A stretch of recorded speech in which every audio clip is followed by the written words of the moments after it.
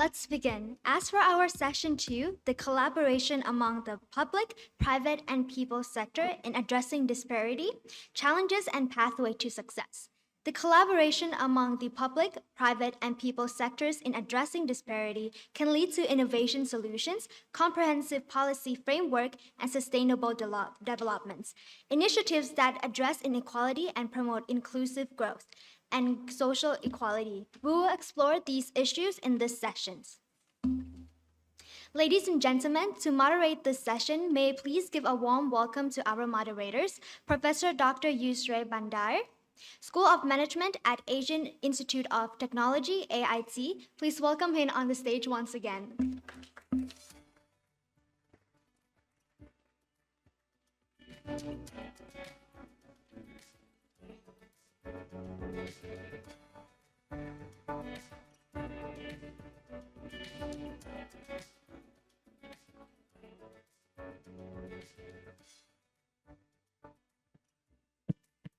So hello everyone again, good afternoon. Very nice to see you again.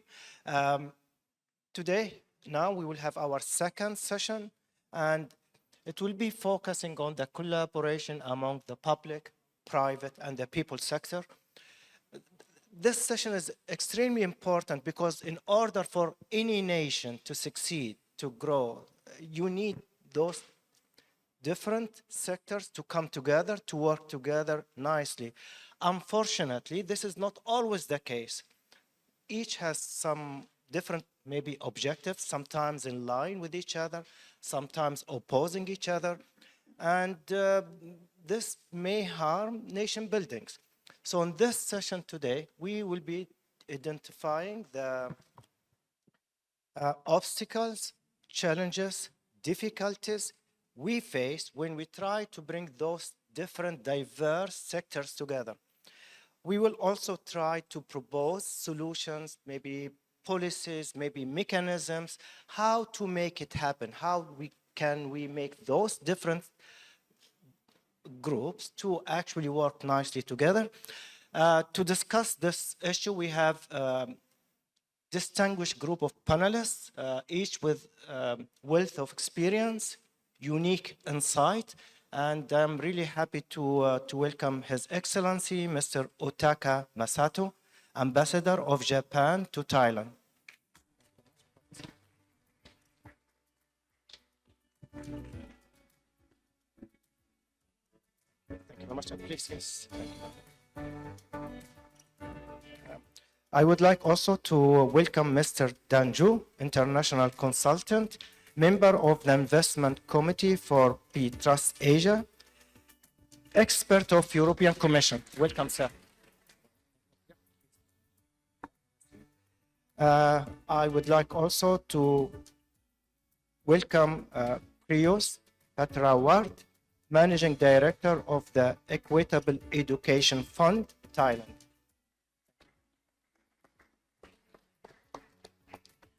We also welcome Dr. Tata. Dr. Tata is the Director of the Social Development Division of the United Nations Economic and Social Commission for Asia and Pacific. Thank you very much for coming here, sir.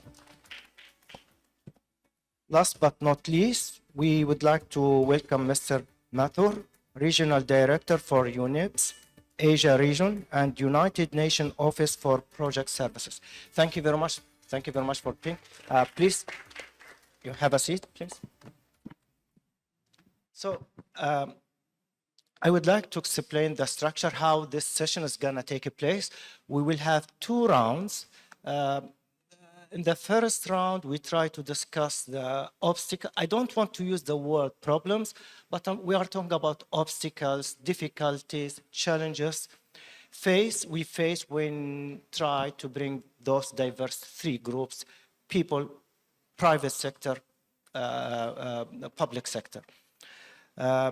In the second round, we try to propose some solution. If it's okay with you, I would like to start with His Excellency, Mr. Masato, your review about what type of problems we may face in trying to bring those diverse groups together, challenges, difficulties.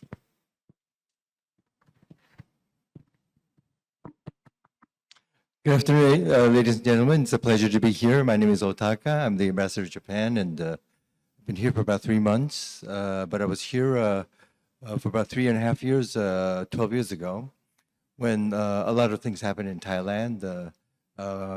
Yellow shirt, red shirt rallies, and eventual some violence happening here and there. And then a big flood came, and there had to be a lot of help being delivered to the Thai companies and Thai people. But in any case, this issue of disparity is something that's been growing, perhaps, in the last 12 years that I was absent from Thailand. After coming back, I see a lot of development in Thailand, and I think things are expanding, things are growing.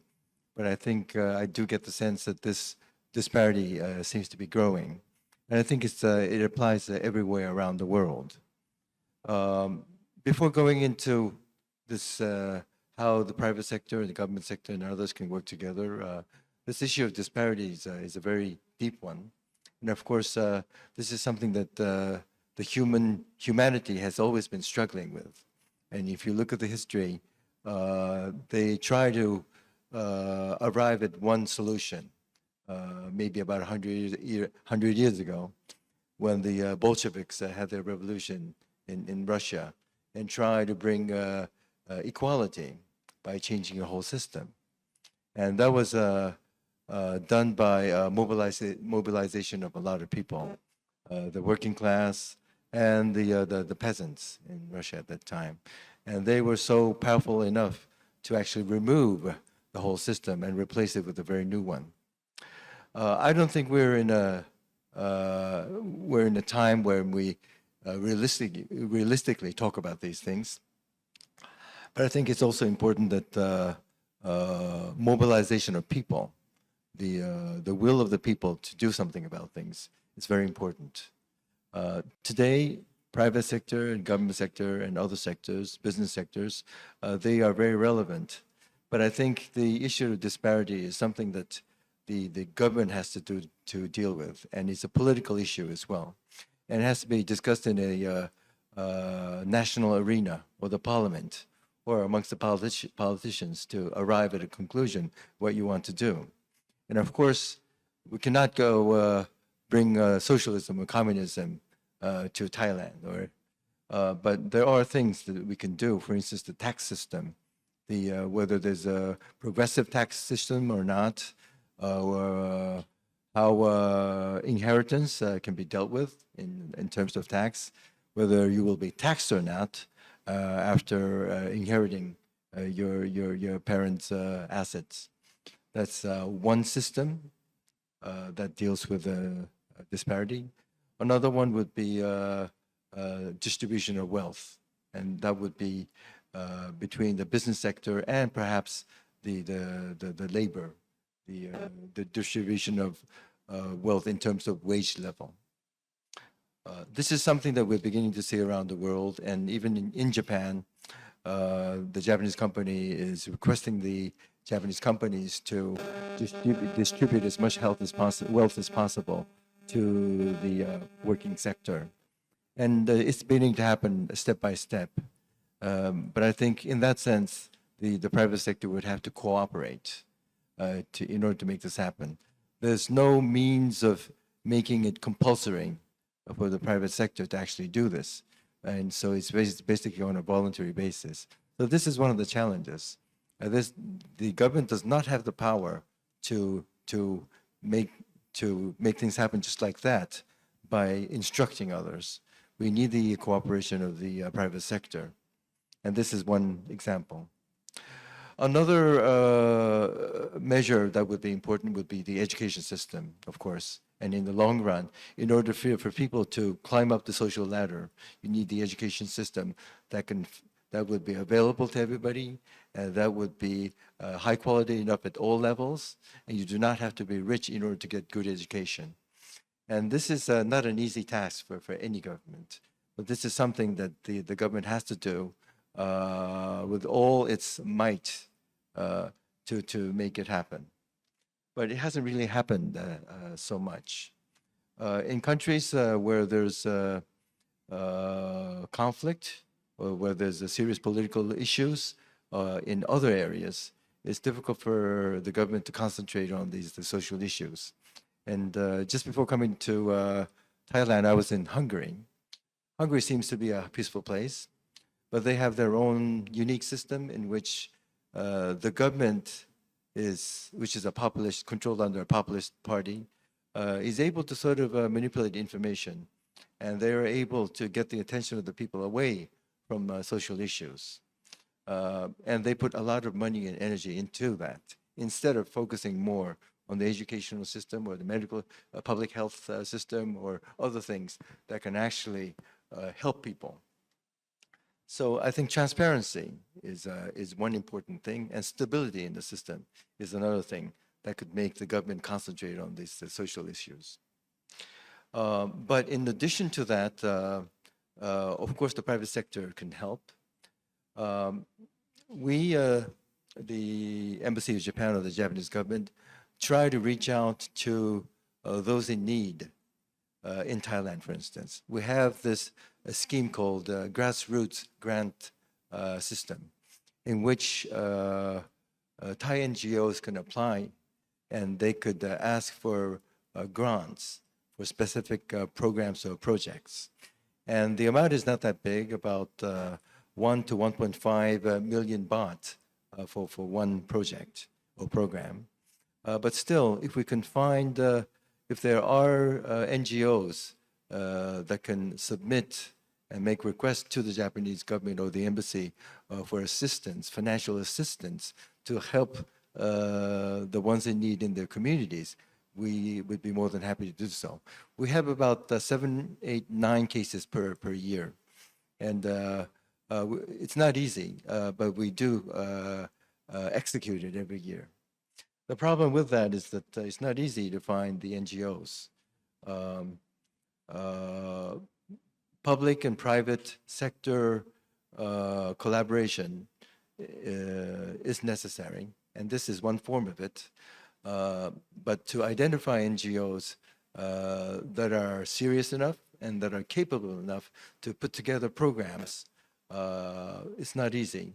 And it's difficult for us to actually evaluate the NGOs as well.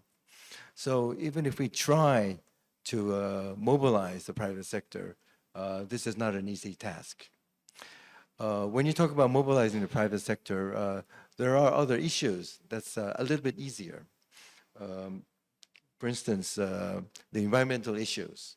This is one of the things that the government or the local governments are having to deal with. And they involve local volunteer groups and other NGOs. And I just happened to be with our mayor of Yokohama, who visited Bangkok about a week ago. And he had a very good meeting with Governor Chachat, and they were discussing how they were doing in their environmental projects. And they were saying that they were able to mobilize quite a number of NGOs in Yokohama alone. 2,800 or so volunteer groups have been identified, and they're helping the local government. And there are a lot of, they have been able to carry out 15,000 workshops in Yokohama alone as well. So depending on the issue, where you need to mobilize people in the private sector by calling on them to help them alleviate some issues, it's a bit easier than some social issues. I think it would be difficult to call out on people to help with their educational problems. Educational problems are difficult because as long as you're a parent, you are very much interested. But when you're no longer a parent with a child in the school system, you lose interest. So there's always a limited number of people who are truly interested. And the rest of them are not truly interested because they don't have their children in the system anymore.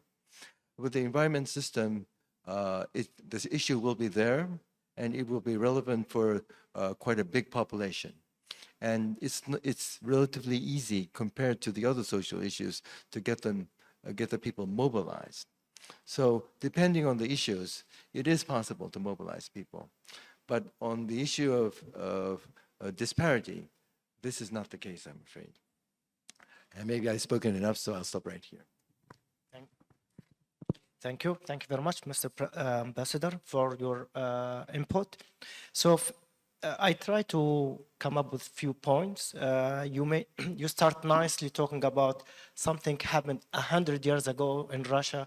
And of course, we agree with you. By understanding the history, probably we can solve a lot of nowadays problems. You also mentioned to distribution of wealth. You then highlighted the role of the government for orchestrating the other two groups, so private sector, people sector, governmental sectors. They actually can be kind of managed or maybe organized by the government, so the government has to play some strong roles there. And then you mentioned to the environmental issues and also educational issues, and to attack or to solve issues we face here. No doubt the three sectors have to come together. If any of them is absent, probably the problem will still be around. Thank you very much again. Mr. Danjo, your review, obstacles, problems, difficulties faced.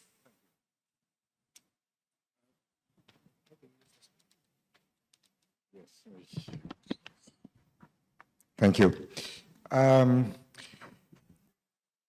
come from the private sector, so I'm going to give you a perspective which is more from the private sector. But first of all, I would like to be clear on definition. When we talk about the public sector, we talk about policy making and infrastructure investment mostly. When we talk about the private sector, we talk about companies, corporations, and investors. And when we talk about the people sector, we talk about social entrepreneurs, we talk about philanthropic organization, we talk about religious organization. I know there are some members here, and also, of course, NGOs. To solve issues, social issues in this case, because we are talking about disparities, we need to have a holistic approach. So it is clear to me from my experience that the government or the public sector on its own has a limited view of the problem. And the same is valid for the private sector and the people sector. The solution will come from a holistic view, which actually requires collaboration between the three sectors. So now, how do we build that? What are the problems? The problems is that the collaboration is not always optimum, but it also depends on the solution we are looking at. I'm involved in social impact investment. What I have noticed from this experience in social impact investment is that all social issues every social issue is different. Some social issues require government support or people sector support in terms of philanthropy. If you have people starving because of lack of food or climate crisis or things like that, there is no market solution. You need to help those people in the same moment. You cannot wait. But those issues are actually quite rare. Most of the issues can be solved with market solution. Then market solution will involve social entrepreneurs. But social entrepreneurs need capital. That's why you have a pocket of capital now, which is called impact investment, that is growing very, very quickly. But there is still a massive shortage of capital assigned to impact investment. Most capital is assigned to other types of investment. Doesn't mean those investments are not impactful, but they are not solving social issues aiming at reducing disparities. So how do you get, I forgot the numbers, but out of the amount of capital available in the world, the share that goes to impact investment is relatively tiny, growing but tiny. So now, how do you get that share to grow? Well, this is where collaboration between the people sector, basically social entrepreneurs, impact investors, basically the private sector, and the government is important. As I'm French, I'm going to give you the EU perspective. The EU perspective is that we needed in Europe support from the public sector. So impact investors went to the EU Commission and some of the members' countries' government and said, okay, the problem with social entrepreneurship is that it's a higher risk for the investor. So how do we de-risk the investor so more capital is going to impact investment? And thanks to that collaboration between impact investors and mostly the EU Commission, they found solutions. Like, of course, one of them is public money from the EU Commission to support, to invest in those impact investment fund. But that's only that would be too easy. Also,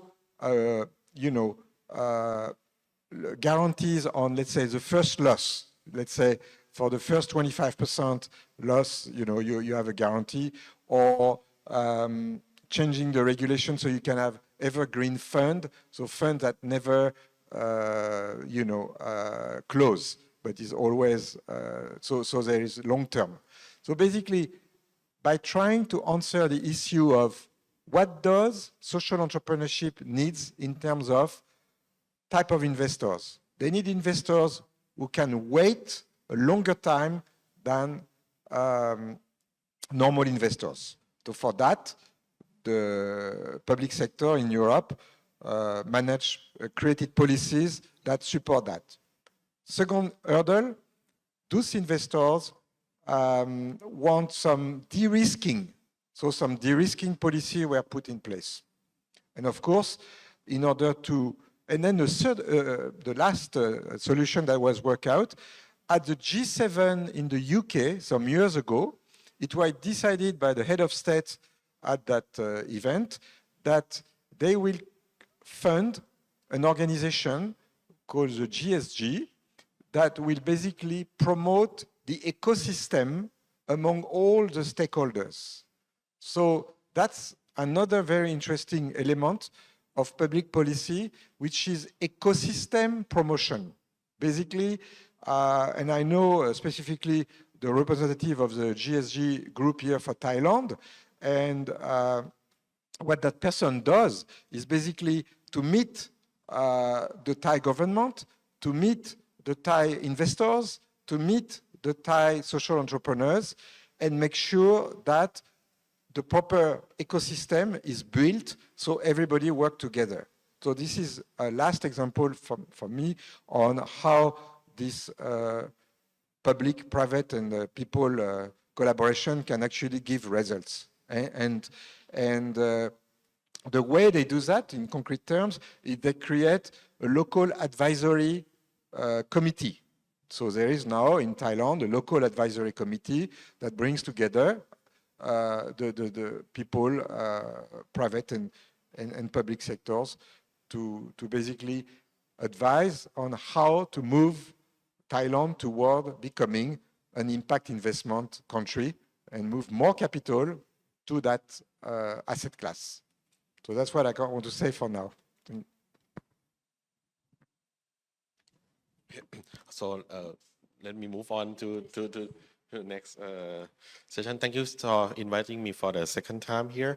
So I will put the context in Thai, in Thailand, that to build for the nation building an inclusive one and an equitable one, we need to look at the past 30 years of the development of Thailand.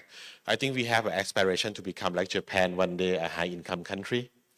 But if you look at before we faced the financial crisis in 1997, we grew about 7.6% a year in terms of GDP. After that financial crisis, we never recover that pacing again. We fall into about 5% a year in terms of GDP growth. And then after the hamburger crisis, so-called, happened, the mortgage crisis in the US happened in the 2008, Thailand also found our in debt trouble too. And so we kind of shift again into the country that grew only 3% pre-COVID. And then another crisis happened again, COVID-19, just like everybody else in this world. We kind of come back to the country that grew only 1.6% a year. So we used to be the country that people believe that we will be the fifth tiger of Asia, apart from those four tigers that already become high-income country. We hope to do that, but at this rate of growing, it might need many decades until we leave the middle income trap. On the other hand, this graph also shows you the population crisis that we have at the moment. We are aging in a very, very rapid rate, like Singapore, Japan, and any other country. You look at the blue part of the young population, we kind of have less than 500,000 babies a year at the moment. And we have huge number of the elderly on the green shade. And the people like me and my colleagues from Thailand nowadays, who are the working group in the middle, we are shrinking in terms of working population very rapidly. So how we can go back to become a fast-growing economy again with this population trend? An equitable one, an inclusive one. That's the key to the nation building for the inclusive prosperity. So we look, as I came from the public organization called Equitable Education Fund, we focus on equitable education and human development. We have this problem called dropouts. Like many countries, we have a good database at the individual level. We found that every year from the end of the compulsory school at the grade 9, 15 years old, there are 20% of students drop out from school right after they complete the compulsory school age. That's 30,000 children, adolescents, every year. So to become a high-income country with only 9 years of schooling, you can't bet on that. No one wants to invest in a country that keep children leave school as early as 14 years old. And then we checked again from the same cohort that graduate from grade 9. We checked again when they are 18 years old. They should enter college or university with the people who born at the same year. But among these poor students that in the same cohort, only 12% of them actually enter college. So this is disparity. This is education disparity. We have this good database that we can track individually from born at birth to university. That's a starting point that we might have a clue of how we're doing it. And so we can also calculate individually how many children from 3 years old to 18 years old who are still out of school. We found that over 1,020,000 children and youth in Thailand still out of school. If you look at the light blue shade, that's the compulsory school age. It's not that much in terms of 300,000, but still a lot in comparing to the aspiration of the country who want to become high income, who want to attract investment, who want to be more competitive in the global stage.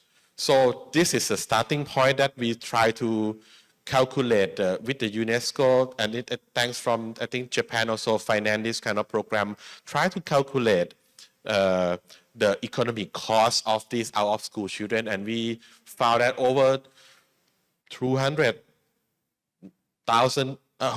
billion baht a year is the economic cost of these out-of-school children. And only when we did that calculation together with the UNESCO, we can raise some attention from the people from the private sector. We try to do this social impact bond too. We're only able to do now the outcome platform. And we have this at our fund, the authority to give 2-time tax exemption to everybody donate for education purposes through EEF.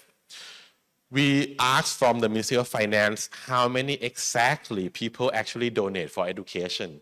People in Thailand, we are very generous and try to help every kid as much as possible. But I'm kind of in shock when I found this individual record from the tax organization from Ministry of Finance that only 17% of taxpayers actually donate for education, even with 2 times tax incentive.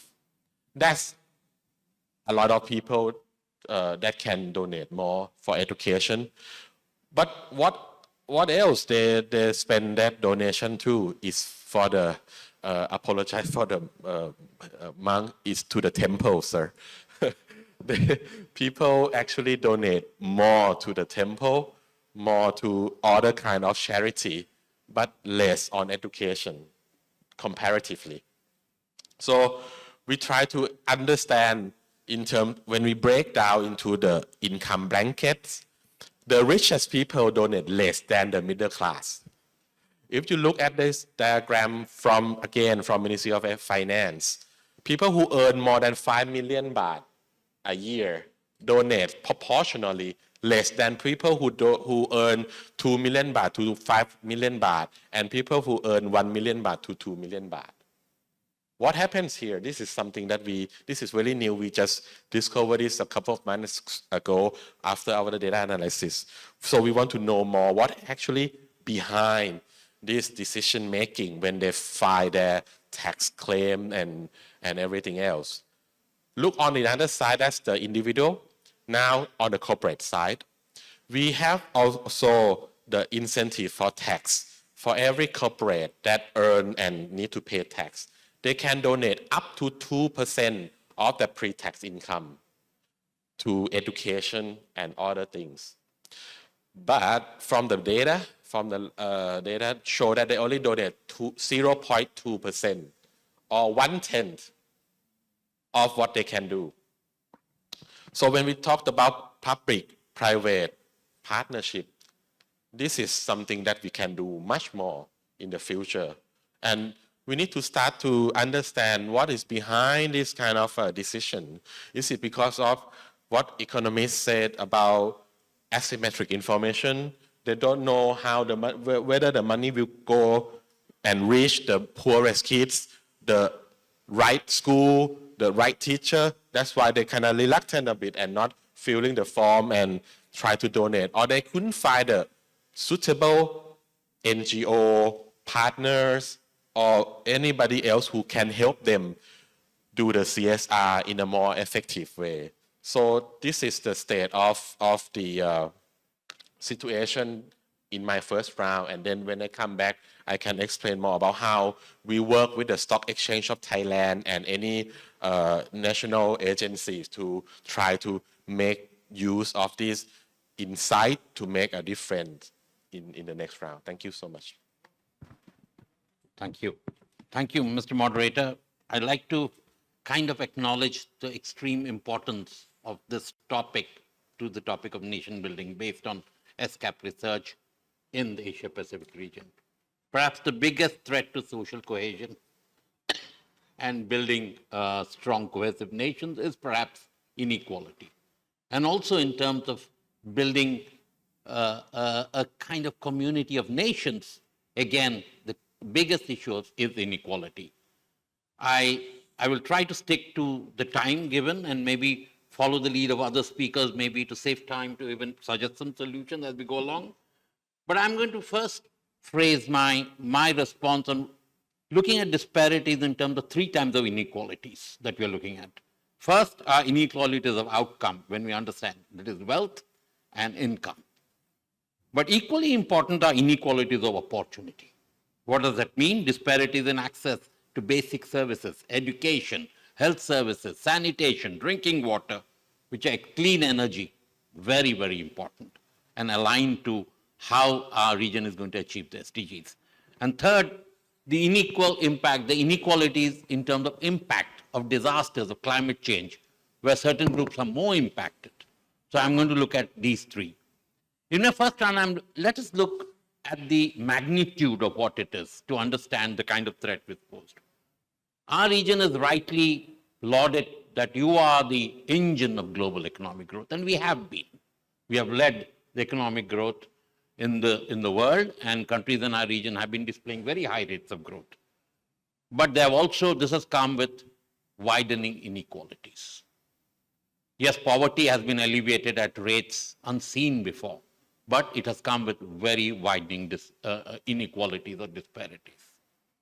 Now, if you look at the region's combined income inequality, that has actually grown by 5 percentage points over the last 20 years, which is contrary to a lot of the other regions. Obviously, when we're taking off, some were more ready to benefit from the growth, others did not. Income inequalities have grown in almost 40 countries out of the 63 SCAP member states that we have. Now, this has been not only disparity, there's been a concentration of wealth in very few. For example, the three biggest populous countries in our region, Russia, China, India, when you look at it, the top 1% in China owns about 34% of the wealth. The top 40%, top 1% in India owns 40% of the wealth, and the top 1% owns 47% of the wealth in Russia. So there's been tremendous concentration of wealth. This has been documented. Francis Piketty's landmark publication kind of showed that this is happening across nations, but perhaps more pronounced in some, where the growth has been very, very rapid. I think that has been. Now, while some amount of income inequality, you would say, is unavoidable, but what is more problematic is in the widening disparity of inequalities of opportunities. We have kind of measured inequality of opportunities across 13 core opportunities and and kind of made one combined index out of it, and across 40 countries in our region. And we find that there are huge inequalities across all the access to services. And this is based on both differences in income level, based on sex. There's a huge male-female, urban-rural residents continues to be one big. Education level, I like to kind of acknowledge the importance, ethnicity and language, and disability status. But more importantly, important that there is intersectionality. If you're a woman living in a rural area, disabled, and lacking education, these are all magnified. And so when you look at inequalities, you remember that some people suffer from multiple inequalities because they're exposed in different ways, because of the way they are, where they are located, their sex, and also their income status. And we are paying, and this has a huge impact not only on societies, but on even in the environmental degradation that we're seeing. Countries which are more unequal seems to experience more environmental degradation. Now, what are the costs we are paying? Air pollution alone claims 4 million lives per year, mainly in developing countries in the region. Now, we are reducing GDP by almost 0.8% to 1.5% in South Asian countries just due to air pollution. And we like to say also natural disasters, disproportionate impact. We find that the Gini coefficient, if you have a 1% increase in Gini coefficient in income equality, that on average reduces your GDP per capita by $154 for countries in our region. It's important to acknowledge the kind of impact that it's having. And so the aggregate cost and then the social cost, they lead to weakening of bonds, erosion of public trust in institutions, raising social and political tensions, and even radicalization that we are seeing in a number of countries and crime.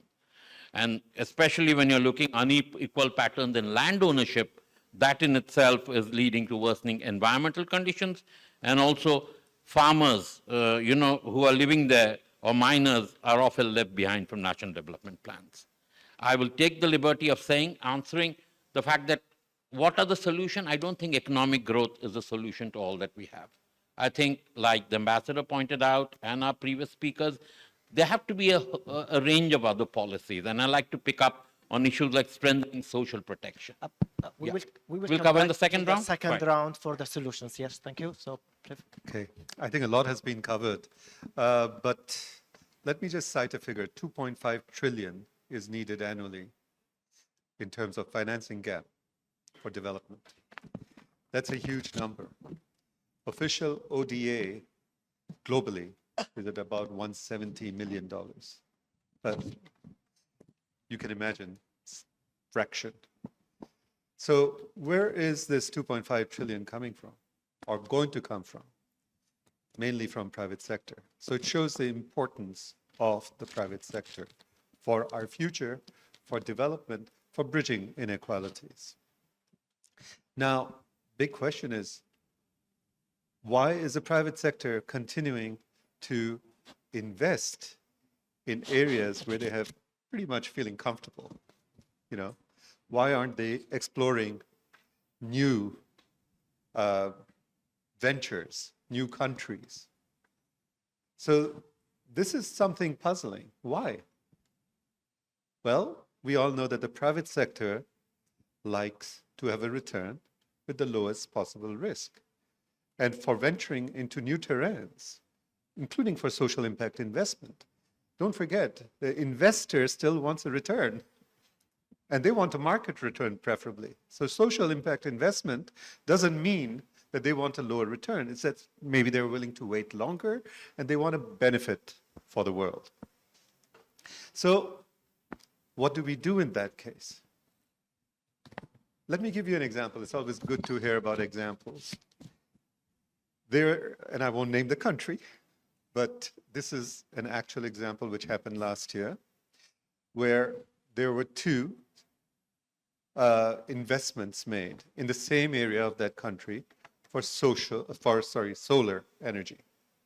One was under a social impact, and one was from a local private sector. And it was very important investments. What happened is they did all the studies, ESG, etc., and it was uncovered that that area was hosting, or was a key area for one of the most endangered birds. Okay? Simple. What that meant is previous plans under that scheme to connect the solar energy area to the grid was all overland. Now, with that bird, it meant going under, which increases costs significantly. Upheaval, it went up to the High Court and so forth. So what the social impact investors found is that the local investors somehow just went ahead, constructed above the ground, and was not touched by anyone. How will this build confidence? How will you attract foreign capital in these circumstances? Because, of course, the social impact investors having capital from Western countries and hence certain obligations had to back out. But it still went ahead. So it shows that there are different kinds of equalities when it comes to investment that we have to look at. And of course, the local investor just went ahead and is running the show and is making ample profits now. But the social impact investors had to get out. This is something to bear in mind as we move forward. And what we also found is that the social impact investors worked with the civil society, listened to the civil society, while the local investors couldn't be bothered and used political leverage to move ahead. So this puts often foreign investment into a delicate position. And I think we need to take these examples into consideration. We have also seen that, governments often are wary of foreign investors because they don't know the foreign investors well enough. They want to attract, but they don't know and they don't have trust. And it's vice versa. That's a big problem. And finally, civil society does not always agree with government. So that is also something to take into consideration. So bringing all parties together is a huge challenge. And let's put it this way, the greatest need right now in terms of investment is in countries which are actually not getting and are starving for investment. I mean, even countries which are very, on the development scale, more advanced, such as Kenya, they're wanting to attract more investments, but they're not being successful. So why? Because of the confidence level, the political awareness of the investors. And finally, you have countries such as the SIDS, the small island developing states, where investment is tremendously required. But because there's no economies of scale necessarily, there's very little investment going on. So there are huge challenges in that area.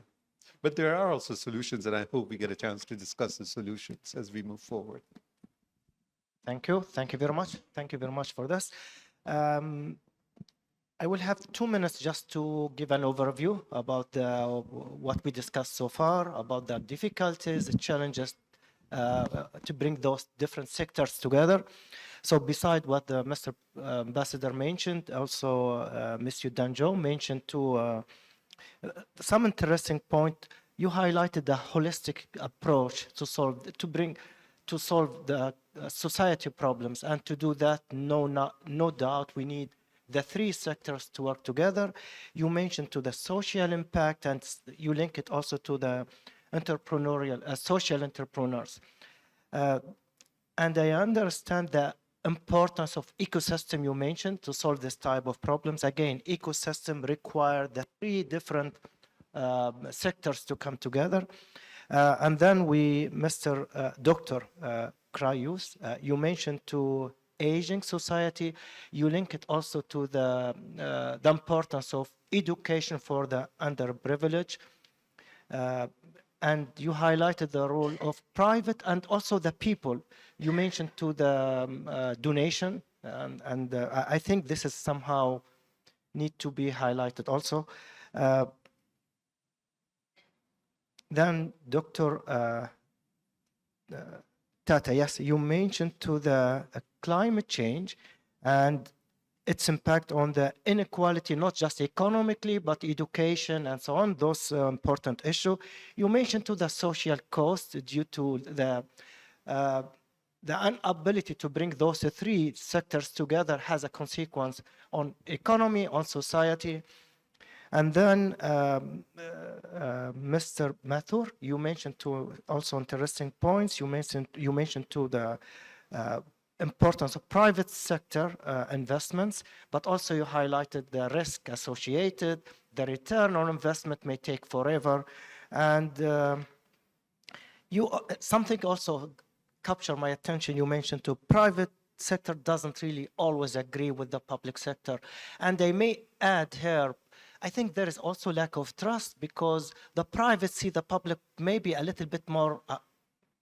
I'm talking in general, more corrupt, maybe lack of transparency.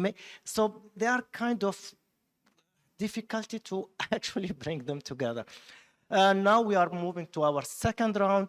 We try to propose some solutions, mechanism, policies to facilitate, to promote the collaboration between these three different sectors. If it's okay, Mr. Ambassador, I'd like to start with you. Thank you so much. I think what all the speakers have mentioned are very, very relevant. And I think I will stick to things that come from my own experience. I think there are a couple of short-term solutions. One would be giving more opportunities to people. And that is, I think that can be done by scholarships. I've met a lot of people who have been very, very successful, and I've met people, most of them, who have humble background. They tell me the scholarships have helped them enormously. So I think this is one kind of support and assistance that you can give the people. And of course, if you look at Thailand, it's the lack of schools, particularly in the rural areas. There are not enough schools, so you have to do something about that, and not enough teachers in the background. And of course, non-educational costs, like commuting costs, they have to be somehow supported. But all in all, if the families have more money through scholarship, they will be in a much better position to enable the child to get proper education, to get and have a better chances for the future. So scholarship is definitely needed. Number two, adding value to people. I think this is one of the short-term solutions that we're trying at this moment through the COSAN scheme. We have this new system of COSAN, which is the kind of a mixture of high school and university system. But after 5 years after graduation, you will be eligible to be an engineer that can be hired by companies. In doing that successfully, you will need to match the needs of the country, of course. But I think that is possible, and Thailand is actually doing it. Thailand needs more engineers, and COSAN system under the King Mongkut Institute of Technology, for instance, in Lakaban, they have started their own programs for COSAN, and a lot of companies are showing interest, and the graduates are actually finding places to work at a higher level of wages as well. So adding value to the people. I think number three would be strong economy. I think somebody mentioned the aging society. Of course, that is relevant, and this is what we're struggling with in Japan as well. I think one of the speakers mentioned after 1997, the growth of the Thai economy has slowed down. Japan, after the burst of the bubble in 1989, our economy has slowed down as well. But basically, in the background, there was the aging society in which people knew that at some point in the future, 20, 30 years later, there will be a time when majority of the population would be elderly, and they do not know for sure whether the social security system will hold at that point. So this concern, this feeling of uncertainty that prevents people from spending as much as you would expect them to. So slower consumption, less consumption slows down the economy. And this is probably one of the issues that Thailand is facing as well. But if you look at countries with the possibility of social upheaval, instability, I think Thailand in a way can fit into that category, because you just experienced a coup in 2014, and you're trying to reach another equilibrium in your political system, and you do not know for certain whether the stability will hold in the longer run. This actually affects the people's mindset, in which people stop spending and invest more and speculate more into something that they can hold on to, like assets in gold or something, rather than spending their money. So this also slows down the economy. But in order for the government to address serious social issues, the government does need a lot of budget to do that. I mentioned more schools to be built, more teachers to be hired, but that will require a lot of money as well. And without the budget, without the strong economy, it limits the ability of the government to address these social disparities. The last thing is perhaps the notion of the people. One of the things that I've come across in Thailand when I speak with some of the politicians or some people who are influential, they often tell me that there may be some disparity, income disparity in Thailand. But if you look at the people on the streets, vendors and others, they're actually happy. They're happy the way they live. I find that to be a bit shocking. Well, they may be happy. There may be a few people who are happy the way they live. But I think in the long run, there's definitely inequality in the livelihood of the people. And the people on the streets are definitely not enjoying the kind of affluence that the other people are enjoying. And you should not be able to justify yourself to leave it that way. If there are people who believe in that, I think they need to know that this is probably not the right way. You need to do your best to give more opportunities so people can climb up the social ladder and have the opportunity to enjoy a different kind of life in which there will be more income and more opportunities to spend money. Gini index is something that one of the participants mentioned. Gini index is a bit tricky sometimes. The index itself is improving in Thailand, but I think it's based on income. It's based on spending. And as I said, spending may not reflect the real affluence of the people. Low income people in Thailand seem to spend a lot more money, and they actually resort to borrowing money in order to spend more as well.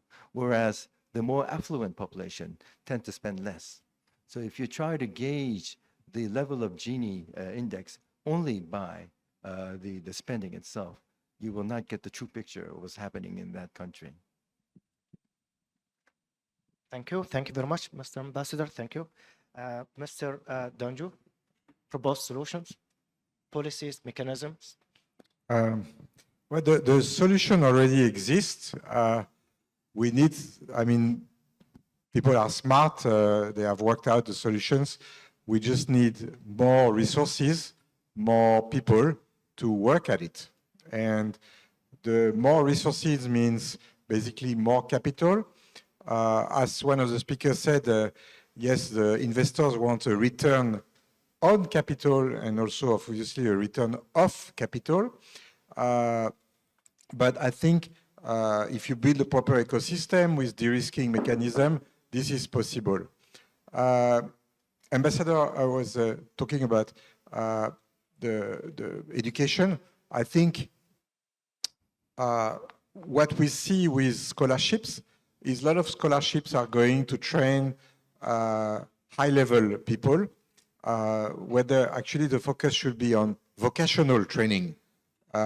What country needs is not more lawyers, more engineers, more IT people. They need people who can actually produce goods and craftsmanships and stuff like that. So that starts with vocational training. And I think the emphasis on vocational training should be really put. And then finally, if you think about impact investment, there have been many initiatives, very interesting. In the US, there are initiatives between the private and public sectors to help to support banks at making loans to underprivileged populations. And it's working very well. Some people with very low income in the US have access to loans for housing and education. And that's thanks to that collaboration between public, private, and people sector. And there are many other initiatives. So I don't want to take too much time, and that would be too long to say the thing. Thank you. Thank you very much. Dr. Krayos, please. Right. I'll continue to the slide that I also try to work here in Thailand. I mentioned that, yes, scholarship definitely important. And what we are trying to do here in this country is try to move this agenda to the private sector to see that the partnership between private and public sector can benefit the whole country. Normally, when you talked about ESG in the stock exchange or when any country try to promote ESG, they will focus mainly on the financial materiality or the contribution to their own investor, their shareholder, and try to manage the risks on the past business risks that they have, and they try to navigate in the future in terms of business risks mainly. What we are trying to work here is this year actually the 50 years anniversary of the Stock Exchange of Thailand. So we try to advocate to the Stock Exchange of Thailand that this is the time that the country should promote and shift the mindset of the company, the listed company, that we should move up a bit from the financial materiality, a singular mind, into the double materiality, all stakeholder materiality, or the contribution, not only to the stakeholder, the shareholder, but can it be for the society as well? So in this diagram, we try to promote the movement from ESG on the bottom part of the diagram toward the top section of the diagram. And we have already SDG from the UN as the benchmark from whatever we are trying to say here. So can the shareholder, can the listed company or non-listed company move toward their own business risks, their own contribution to their own investor, to the society? Because in the near future, I think it's overlapping. We can't be the most profitable company in the most unequal society. You will have less customer, you have shrinking of population, less purchasing power, and you have to look for the other country to invest anyway. If you can't build a better, sustainable customer in your own country. So this is some solution we try to propose. And we already proposed to the Stock Exchange of Thailand that should promote the platform for outcome fund, setting the outcome fund in the Stock Exchange of Thailand, issue the social bond for education. Well, anybody who knows about bond, it's not a good time to talk about issue the new bond at the moment, but perhaps in the near future, can there be the first social bond for education in Thailand? Can there be the revenue profit commitment? 1% for the planet. I saw that anybody who wear this Patagonia brand, there is this 1% for the planet that they have done. Can there be the 1% for the education, for human development pledge by any listed company? In India, I believe there are CSR legislation, 2% fixed in this legislation. There are some other countries as well, but it might not work every country in the same way. But this is one of the possible solution. Can there be this ESG revision for building more strong incentive for the listed corporate? And can there be more tax incentive for the company who really move toward this direction? So this what we have proposed to the government and to the Stock Exchange of Thailand and to other private agencies. So hopefully this one of the solution that we try to move in this country. And to get more information, please feel free to visit the website of Equitable Education Fund, and we look forward to your guidance and your advice toward this nation building agenda on an inclusive society. Thank you so much. Thank you very much. Thank you. Dr. Tata, please, your view. Yeah, I just wanted to focus on 5 key actions. Firstly, the biggest and most strongest tool that we have to address inequality is social protection. A lot of the growth that we have had in our region has been what is called jobless growth. You had growth in sectors, but not enough decent jobs have been generated. And we have the biggest informal sector in the world. We have almost, in many countries, 80% of the jobs are in the informal sector without social protection. And even in countries, if you look at even in Southeast Asia, 50%. So you need to extend social protection. You need to create more decent jobs. And employment needs to be generated. Second, I like to second what my previous speaker said about prioritizing education. And it's very important also in the context of aging population. You need older person to be productive for longer time, and the importance of intergenerational solidarity. Addressing digital divide is extremely important, both between the gender digital divide and the age digital divide, and also between those who are underserved. Then the importance of fiscal policy. Progressive taxation has to be, as some previous speakers have highlighted, I don't think our taxation systems are fair. I don't think we're exploiting the full across the region, depending on which country. The number of we are relying on a very narrow tax base. There is a huge amount of tax avoidance in a number of countries, and there's a big potential to collect tax just by improving efficiency and widening tax base. Last but not least, data. Data is boring, but it's very important. I think if you don't collect right data, you don't know who's being left behind. Thank you. Thank you. Thank you very much. Mr. Mathur, please. Your Thank view. you. Thank you very much. Well, looking at these partnerships and investment, I was just reflecting about the role of the UN, for example. We are working in some of the hardest places. We are working with governments. We know how governments function. We know the legislative frameworks around. We know their strategies. So I definitely see on the longer run a key role that UN organizations can play on the demand side of financing for development, not the supply. I'm talking about the demand side. And the supply will come from banks, will come from investors. But on the demand side, we need bankable projects. And we have that kind of experience in the UN. We can work with governments and partners to bring up bankable projects. I'll give you an example, and this is an example where, with the support of the United Kingdom, Japan, and the World Bank, UNOPS is helping rural areas and communities in Sierra Leone, in this case, access sustainable low carbon energy, okay, through the use of solar energy, okay? And this energy is, of course, supplied to local businesses and essential service providers. And what we have seen happen is a greater interest from private sector.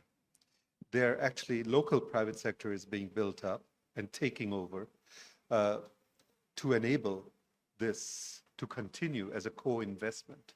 So what we have noted is, if there is a neutral broker in between who's looking for the benefit of the country, of the people, of the society in between, and which brings a certain level of transparency, things can work and will work. I will also give you an example of another project which is ongoing right now in Bangladesh, and it is called IPAGE, IPAGE. And this is an agriculture tech startup and uses data, machine learning, and AI. IPAGE has improved operations for 10,000 small farmers, reducing fertilizer use by 25%, increasing yields by 12%, cutting capital costs by 75%, and lowering carbon emissions by 2 million kilograms per year. This is supported, of course, by the government, international development partners, UN entities, private sector, and the public sector overall. These are the kind of partnerships we need. Then we also have other programs which are favoring this kind of communication and this kind of action, such as the ETP, which is, for example, which is the Energy Transition Program for Southeast Asia, which is bringing together public sector, private sector, foundations, civil society to support governments in their energy transition efforts and knowledge management efforts. The UN also has the Climate Technology Center Network, which is CTCN, which exemplifies this by advancing environmentally sound technologies for low carbon development. It has 800 members worldwide, and it has just started, and it is actually also in helping with investment. So there are lots of solutions that are over there, but I think that we really have to think forward. We have to see what, for example, strategic advantage the UN brings, especially on the demand side. And we know that it can work. And especially it will work in more difficult countries, which are in desperate need of investment. Thank you. Thank you. Thank you very much, our panelists, for your contribution, for your sharing knowledge with us here. Thank you very much again. As we mentioned, it's a very important topic. Things are changing very fast around us, and we need to keep discussing, talking about these issues because they are very important. I see we are a bit late, but not too late. So I would like to thank you again very much for contributing. Thank you very much, everybody here, for attending this event. Thank you very much. We appreciate it. Thank you. Thank you all the panelists very much. Let's give them another round of applause.